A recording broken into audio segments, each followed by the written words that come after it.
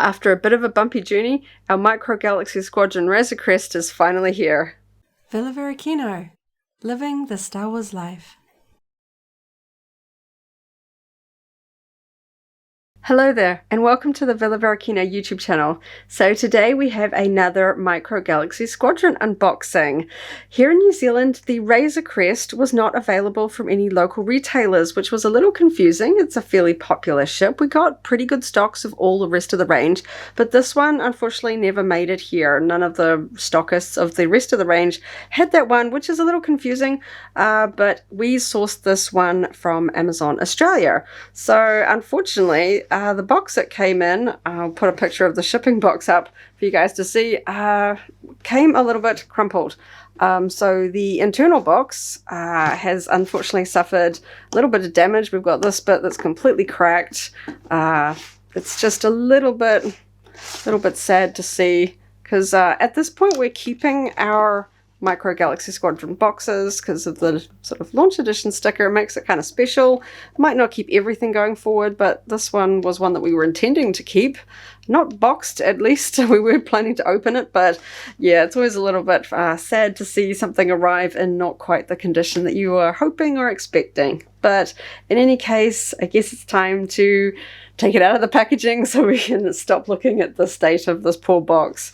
This is the standard Razor Crest edition. I know in the US there was also available a retailer Razor Crest Avala 7 version.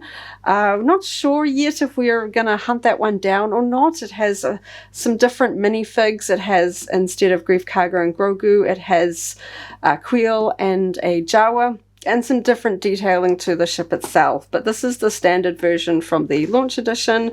It's number 20 from this line. The box is a bit dinged there in the corner as well. So I almost don't need to open this thing because the top has come undone there. But let's get stuck in and see this in person.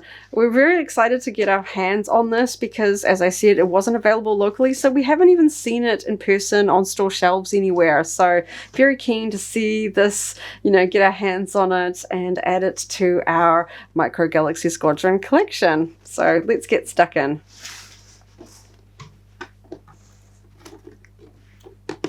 Just gonna snip the other bits of sellotape here at the top.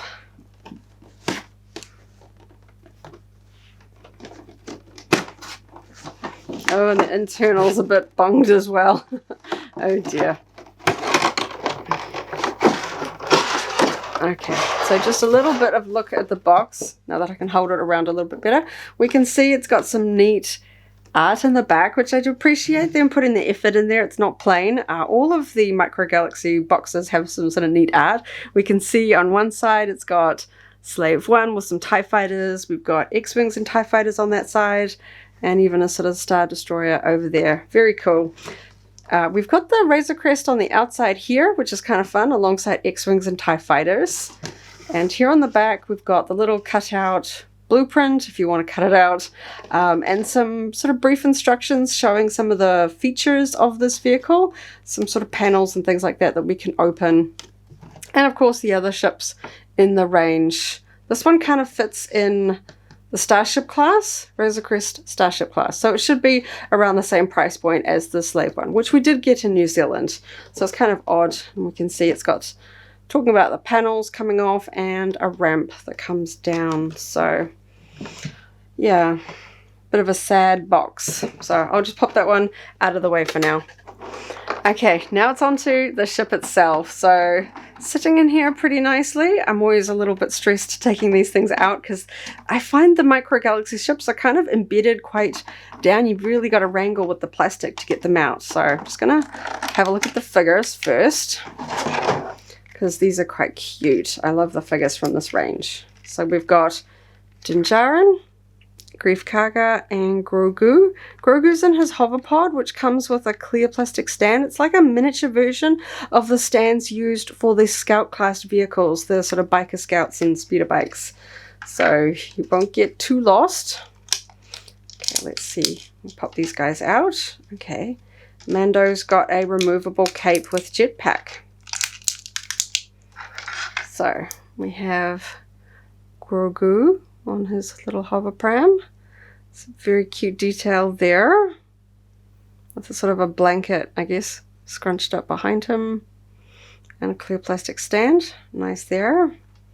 We've got Greef Karga. He has his sort of jacket cape going all the way down, joined at his legs.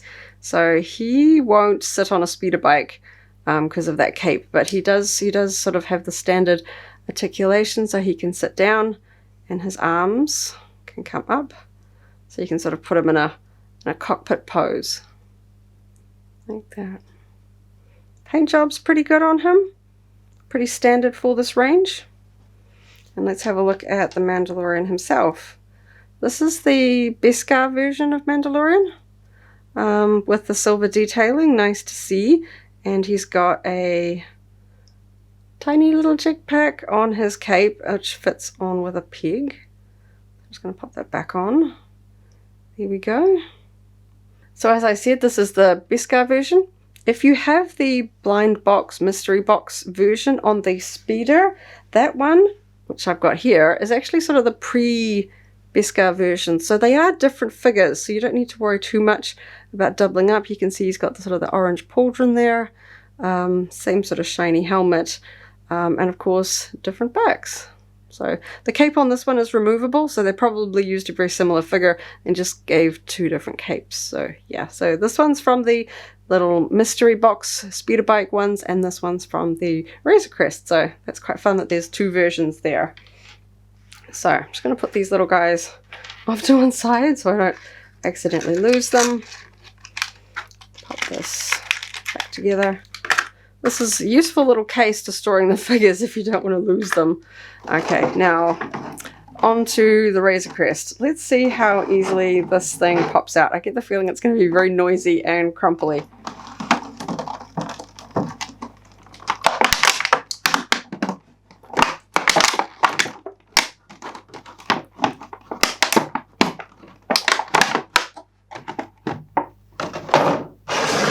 Okay, that wasn't the worst. That wasn't too bad to get out. We've got a little bit of a rubber band, elastic band here, which I'm just going to take off. I guess that's for the cockpit so that it doesn't fly open. But first impressions, good scale. It's not like a full sort of metallic, sort of vac metallized or anything like that, but it's got a little bit of a metallic sheen. We've got some gold paint here on the engines. That's quite nice. So I guess the next trick is to see the sort of opening components. Okay, good cockpit. That opens very nicely. We've got space in there for, there's a peg there. So I'm guessing, hang on, I'm guessing that this guy might fit. I'm gonna see. Tiny fingers. Is he gonna fit in there? It looks like he's designed to fit. Ah! This is going to be fiddly. I think you need kid hands. Yeah, that's cool. There's a peg there with sort of a little podium so you can put Grogu on his hover pram in there if you want. And then I guess we can put Mando. If I take his little jetpack off, so I can bend him into sitting down position. Like that, and pop him in there. So now I have the two of them. Not exactly screen accurate, of course. Grogu tends to have a seat next to Mando, but for a toy, I think that's pretty good that you can fit both of them in there. Isn't that cool? Okay, so I'm just going to close that so they don't fly everywhere. The blaster sort of cannons on the front are fixed. I don't think they, no, that doesn't feel like they pivot. Okay, I've got good detail here on the nose. I feel like this is a door. Let's see. Okay, that opens nicely with a little finger tab. So we've got a door there. And let's see. Okay, ramp opens nicely here at the back as well. So some of the bits and pieces on the Millennium Falcon from this range were a bit fiddly to sort of open and close. That feels quite nice. It's got a really nice, it shows up the little tab there, so that's just easy to hook your fingernail in and pull that out. That's nice. And same here with the door. It's just got a little tab that flings open nicely. Okay, so I think these are, let's see, landing feet. Which way are they going to go? Opposite ways? That one is a bit stiff.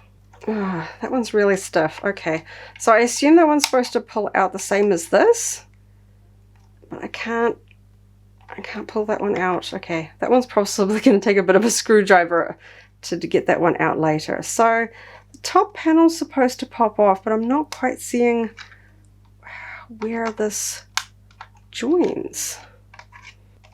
And this panel looks like I can get my finger in here. That one is stiff. Okay, so it's got a little bit hit and miss with these panels. I can feel that one's supposed to come off as well. That one's really stiff. Okay, oh, we've got a nose one here. Oh, that's a shame that that one's really tight, because I do want to have this one displayed on its landing legs. Okay, so I'm back after having a bit of a fiddle with this and the help of some tools like a screwdriver and stuff. I'm finally able to get that top piece off so I can have a look at the inside details. So it's got some pretty cool detail here. We've got sort of a carbonated dude here, as seen in the show. It's kind of on a hinge, so you can kind of pivot him around. Not sure how well he's going to show up, but you can see him there. It's very cool. So he's there, and we've got just sort of some detail here. It's kind of like a cargo net storage area. Good detail on the floor in here, all painted a similar sort of color to the outside. There's a little thing that kind of looks like it's hinged in some manner there, but it just looks like it's for putting, I guess, a person, or I guess you can take this off and put that in there. So that's kind of fun. There's a little storage capacity in there. But to be honest, considering how hard this was to get off, I don't think this is really a play item. That took a lot of wrestling, and honestly I was kind of expecting it to just kind of pop off with a little, you know, fiddle with your fingernail there and just kind of fling it off the way that these other panels did. That was really hard, and perhaps doing that a few times will just sort of loosen the plastic up and it'll come off a bit more you know, easily next time. But yeah, it definitely looks cool. With the top off, you can sort of see in through the side panel, which also took a bit of a screwdriver to get off. We can see through to the inside. So it does really look cool with its landing gear and sort of all the opening bits there. But personally for me, I wouldn't choose this as a toy. I am going to put this in our display of the rest of this line as more of a collector's piece. So I'm gonna see how fussy it is to put all the bits and pieces back on. I know this one wasn't too hard. It just kind of clips back on nicely. It just kind of sits there. It doesn't click, it just goes back on there. This one, we'll see how hard this one is to... See, that one goes on easily now. It might have just been a bit stuck. We'll see how hard it is to... Okay, yeah, so that one is popping off a little bit more freely now. Was a bit stuck, I guess, in the manufacturing process. And last but not least, let's see this one. You can kind of see the sort of attachment points here. Just going to try and get this in. See how hard this is to get on. Okay, so it kind of clips. You can see here how much of that is over the edge that's actually all part of the lid. So yeah, that really snaps on. So it looks like you've got to get your fingernail into this line here, which I'm not going to try doing that again. That was that's a bit hard, but yeah, so you can see the kind of the line here where the paint's just a little bit different because this is designed to come off. But personally, I like it all closed up on its landing gear. I think that looks really quite cool. Landing gear is slightly, sort of a little bit slightly different. It kind of wants to, no, yeah, I think that looks fairly straight, I think. So yeah, quite cool. I know if you're the sort of the perfectionist, you could go in there and do a little bit of a more detailed paint job, add some sort of black carbon scoring, weathering to it, but I'm fairly happy with the paint job on it. Some of the ships in the Micro Galaxy Squadron line have some sort of a wash weathering on them, which can vary a lot ship to ship. The one I have most noticed this is the X-Wing. It can be quite muddy or it can be quite faint on some of them. So I feel like the wash, we kind of get this subtle sort of grime. It's a really faded kind of dark gray. I can see it primarily on this engine here. So I feel like this is a pretty even weathered paint finish. Really quite happy because, as I said, we had to buy this one online, so we couldn't see it in the store to compare stock to see if we sort of, if it had any kind of blemishes or heavy weathering in spots we didn't like. See, there's a little bit of a spot here, but that's not the worst I've seen. Yeah, it's where it's obviously kind of dripped a little bit here on the sides. You can kind of see it drips underneath there. But yeah, again, not the worst we've seen, so fairly happy with that. It looks like sort of genuine wear and tear. And you can kind of see Mando's silver helmet through the cockpit there. I think that's quite fun. I like when you can legitimately see that there are, characters inside your cockpit. Isn't really a clear spot to put Grief Karga, but, you can stand him. The figures do stand well on their own, so you can put them on the shelf next to your Razor Crest. So yeah, I think that's quite fun. So just for one final little comparison. Okay, for those of you kind of curious, this one here is the Mission Fleet version of the Razor Crest, and this one is, of course, the Micro Galaxy Squadron version. As we can see, there is a big difference in size here. Now, locally, if we take this one to have the same retail price as the other ship in the same class, the Slave one, this one is more expensive than this one by a factor of about $25 New Zealand. This one is obviously designed for kids. We've got sort of big shooty missiles out the front here, lots of panels to open and play features. But just in case anybody was sort of curious, this one has obviously got sort of the more plasticky grey finish. It's big, with lots of sort of panels and bits and pieces. Similar panels to sort of pop off and look inside and things like that, the top one and that. And it's got spots where you can sort of mount other little sort of play feature turrets and that. But yes, so if you're looking for sort of a mid-size, maybe not something as big as the HasLab Razor Crest, or you're not a fan of the Lego versions, I think this one is a pretty good version if you're an adult collector and want something to put on your shelf. I know you could probably paint this one up to look quite realistic, but you're still going to have this sort of play feature attachment points which do stand out a little bit. I feel like this one is a really good version, a good size and a pretty good price point really. Locally, this class of the range retails for about 70 New Zealand dollars. That's pretty good, I think, for the level of detail. That's kind of, what equivalent to 3 Funko Pops here. So I think that's pretty cool. I'm really excited. Bit of a mission to get this one. I was so nervous when I saw that Amazon box. I was like, oh no, I hope this thing's okay. But thankfully the packaging took the brunt of the damage, and this one arrived safe and sound. Very happy with it. Nothing's broken. And even though this top panel is a bit of a fiddle to get off, I did get to see inside it, and now it's got it in a sort of display mode, which I'm really happy with. So hope you enjoyed this unboxing and review. Thank you so much for watching, and I'll see you in the next video. May the Force be with you. If you enjoyed this video, go ahead and give it a like, check out our other videos, and subscribe for alerts about new uploads. Thanks for watching, and may the Force be with you.